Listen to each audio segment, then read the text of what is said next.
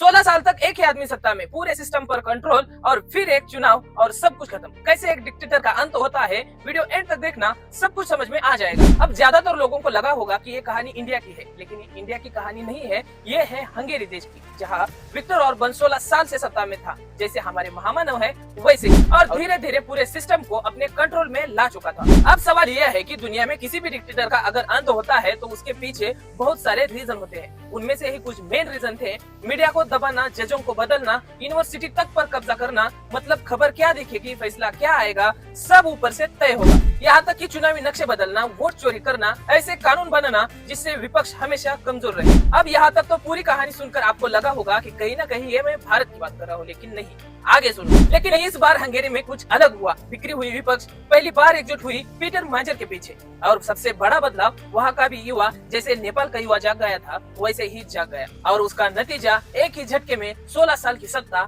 खत्म हो गई। हंगेरी देश के लिए एक सिर्फ चुनाव नहीं था, ये प्रूफ था कि सिस्टम कितना भी कंट्रोल में हो, अगर जनता एक हो जाए तो सत्ता बदलना तय है। और ऐसे अंत हुआ हंगेरी के डिक्टेटर विक्टर ऑर्बन का। और कहीं ना कहीं ये इंडिया के लिए भी एक चेतावनी, जैसे अभी हमने हंगेरी और नेपाल के केस में देखा। इसीलिए इंडिया से इसको क्या सीखना चाहिए नीचे कमेंट्स में जरूर बताना, और वीडियो से कुछ सीख मिले तो लाइक शेयर सब्सक्राइब करना बिल्कुल मत भूलना।